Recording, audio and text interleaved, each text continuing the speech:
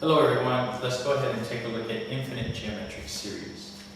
Now we've already dealt with geometric series, now let's go ahead and talk about the infinite geometric series. Now what exactly does that mean? If u sub k is a geometric sequence, then the infinite geometric series will be described as s sub infinity, which is going to be equal to the summation from k is equal to 1 to infinity of u sub k. So notice what happens is that we're taking an infinite number of these terms and we're adding them together. Now in general, we're going to have two different results.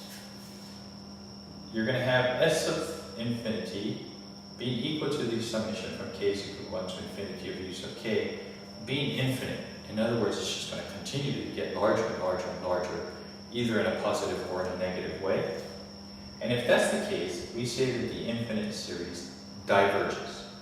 It diverges, it just continues going either to positive infinity or to negative infinity. Now, if s sub infinity, which is going to be equal to, again, the summation from k is equal to 1 to infinity of u sub k, is going to be equal to some constant c, or some value, some number c, which is not infinity, then we say that the infinite series converges, and it converges to the value of c. Now, let's go ahead and take a look at an example here with regards to the infinite geometric series. So again, let's go ahead and take a look at u sub n being equal to u sub 1 times about r to the n minus 1. And of course, everybody should recognize that that's going to be a geometric sequence. Then if we go ahead and take s sub infinity to be equal to the summation from k equals 1 to infinity of u sub k, this will be divergent if the absolute value of r, or the common ratio, is greater than 1, and it's going to be convergent if the absolute value of your common ratio is less than 1. Now let's go ahead and take a look at two examples to show what we mean by that. Now here's 2, 6, 18, 54, that's our geometric sequence, which of course was going to be designated, which is going to be represented by u sub n is equal to 2 times by 3 to the n minus 1. And notice that in this case, r is going to be equal to 3. Now, since the absolute value of 3 is greater than 1, then we know that the infinite geometric series is going to diverge. In other words, it's going to continue to grow and grow and grow and grow and grow, and it's not going to stop growing. So notice, just think about what's happening here. If we take 2 plus 6 plus 18 plus 54 plus dot, dot, dot, dot, dot, of course, those values are going to get larger and larger and larger. Therefore, when we add them all together, it's just going to continue to expand, and therefore, this infinite geometric series diverges. Now, let's go ahead and take a look at a different example.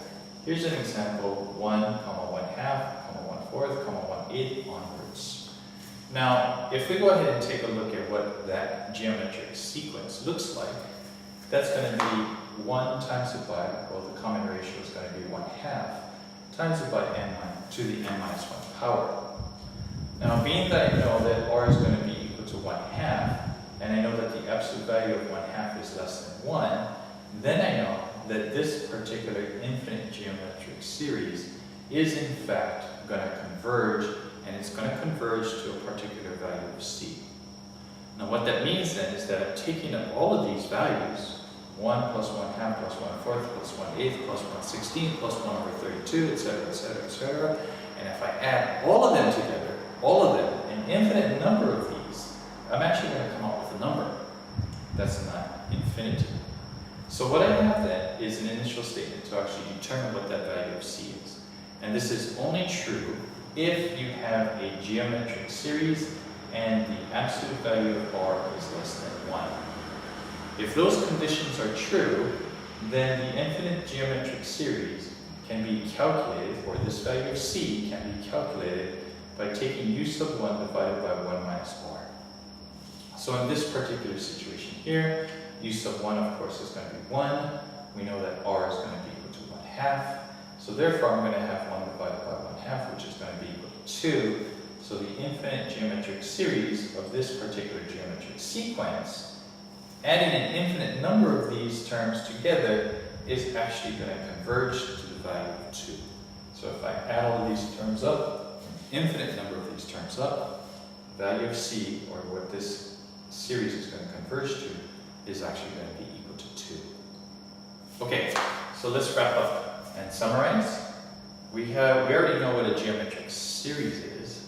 Now, if we go ahead and talk about an infinite geometric series, then we're talking about adding up an infinite number of terms of a geometric sequence. We have two results. One, that the infinite series is going to diverge, which means that the infinite series goes to infinity, or the infinite series converges, which means that if we add an infinite number of terms of the sequence, we're going to come up with a particular value of c.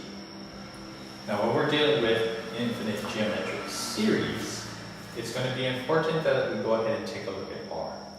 Once we know what r is, if r, the absolute value of r is greater than 1, then we know that the infinite geometric series is going to diverge. If the absolute value of r is less than 1, then we know that the infinite geometric series is going to converge to a particular value. Now, how do you go about determining what that value is? We use this initial statement here, and all we need to know is use of 1 and r, we calculate what that is, and that's going to be the value at which the infinite geometric series converges to. Okay, so we'll go ahead and take a look at some of those questions the next time that we meet in class. But one small thing to consider before we meet is, what about infinite arithmetic series? Of course, when we talked about infinite series, there's basically two results. What about infinite arithmetic series? Because we only dealt with geometric series here. What about the infinite arithmetic series? Does it converge or does it diverge? And we'll go ahead and think about that and discuss that the next time that we meet in class. So see you then. Bye-bye.